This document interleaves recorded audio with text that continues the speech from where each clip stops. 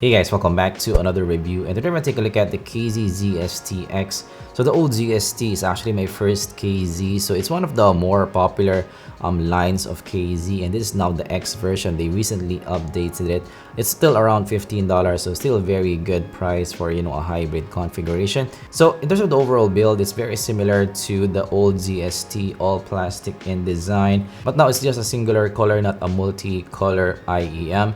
The fit in the ear is very similar, if not the same, compared to your old ZST. Still very comfortable to wear on the ear. Sealing is okay also with this one, with that Starline tips. It does seal well on the ear.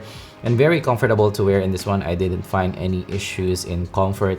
And also another thing that I like about this one is the cable. So the cable now is the improved KZ cable. They're using the silver plated cable than what they had before. So before, you need to buy this separately for around $5. So it's nice that it's already included in the kit. It also has preform ear. So in terms of the look, this looks more upscale compared to your previous KZs. So I do appreciate this move by KZ, you know, upgrading their stuff. So in terms of the design, a very solid design overall, and they even iterated on the design. So I wish in future KZs we're gonna see this improved cable, especially in the $50 range. We need to see this, you know, improved cable, and even maybe an 8-core KZ cable in the future. So nice move in KZ in this one. I like where they're going. But now let's move to the sounds. In terms of sound, I do like this one. I think a lot of people will like how they made the ZST-X.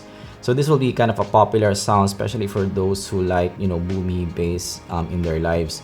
So this is a fun IEM, a very punchy bass sound. One of the most punchy basses that you can hear in that $20 price range. So the signature is a V-shaped signature, but it has a slight bump at around 2K region, which makes the vocal positioning good in this one. So this is one of my favorite vocal positionings in that kind of price range with you know, other V-shaped earphones. I do like the vocal positioning of this one compared to your ZSN Pro, ZSN, also the ES4. So nicely done with that mid bump in this one for the vocals. If you're a vocal head, you might like this one. So this one still has that 10K peak at the top if you look at the signature, but this one is not as peaky compared to your ZSN Pro. So this is less bright compared to those IEMs. So say better controlled highs in this one. The tonality is not the best, especially in the highs, but definitely an improvement compared to your older KZs that I have heard. So the eyes are extended on top. That's a little bit of shimmer on top, which makes this an exciting type of listen. So again, more fun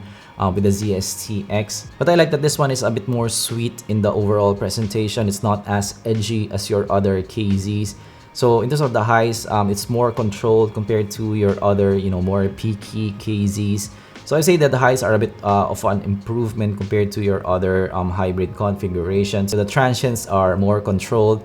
It's less thin in the highs compared to your other KZs. And because of that more controlled highs on top, more controlled shimmer, this is not fatiguing to listen to. This is not sibilant, especially with those people who found the ZSN Pros to be a bit too bright. So you might feel at home in this one. There's a more toned down implementation. However, even if this is better compared to your other KZs, it still has that 10K peak at the top, which makes some instruments a bit too thin in some tracks.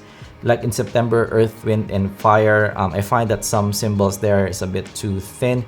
So the peak is not as bad as other KZs, but the peak is still there. So for those people who doesn't like that 10K peak, you might skip this one. In terms of mids, this is where I think this IEM shines. I'm definitely a fan of how they did this for a V-shaped signature. This is right smack where I want it to be. So this is my favorite mids for a hybrid under $20. So the vocals are well placed in the mix, rich and full.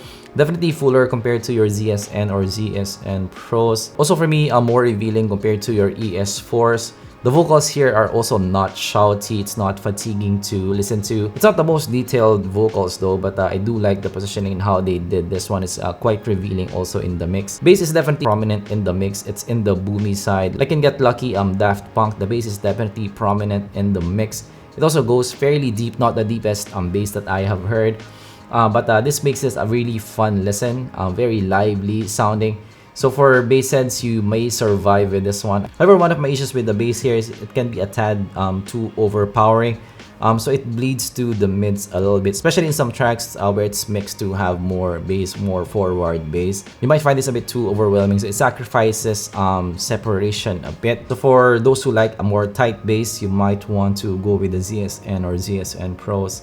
Those are more tight in the overall presentation over this one. But if you like bass, if you like boomy bass at that, you will love this one. Soundstage is fairly big, bigger than other $20 counterparts. I find it's bigger compared to your ZSTs and also ES4s. Image is just alright in this one, not the best, so I wouldn't mix with this one, especially with that I'm kind of more fun bassy signature. So if I'm gonna do some mixing, I'm gonna go to other IEMs in the price range. Separation is not the best because of that smooth boomy bass at the bottom. So compared to other IEMs here in this price range, I did compare this with quite a lot of IEMs because I get that question in my zpolt unboxing video. Links up here if you want to check that one out. That's where I ask you guys, what should I include in the review. So compared to the old ZST, so overall this is an upgrade from the old ZST. So the old ZST is a bit more relaxed. This one is a bit more musical, more fun. So the mids in the X version is fuller. The sound is more revealing and also more lively in the X version. So the ZST old version is more relaxed in comparison.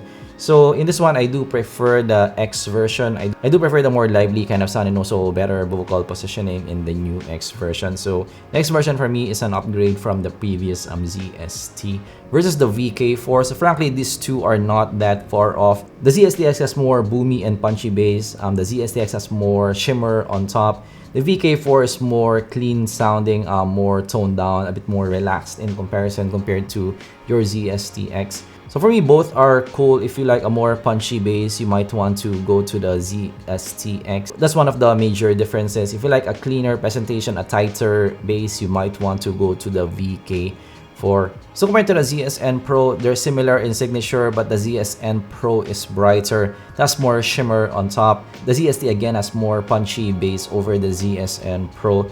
So vocals are more recessed in the ZSN Pro, thinner vocals in the ZSN Pro. The ZST has richer vocals, fuller vocals. So if you like a more punchy bass, you might like the ZSTX more. If you like more shimmer on top, kind of a brighter signature, you might like the ZSN Pro more. So frankly, for me, I do prefer the ZSTX because of the better vocals. So it will be up to you, what you like in the end. So compared to the Blon 03, for this one, I do prefer the Blon right off the bat. The Blon has better tonality for me. Both have that liveliness in the sound, but I find the Blon to have fuller highs, less peaky highs on top. So overall, I prefer the Blon in this one.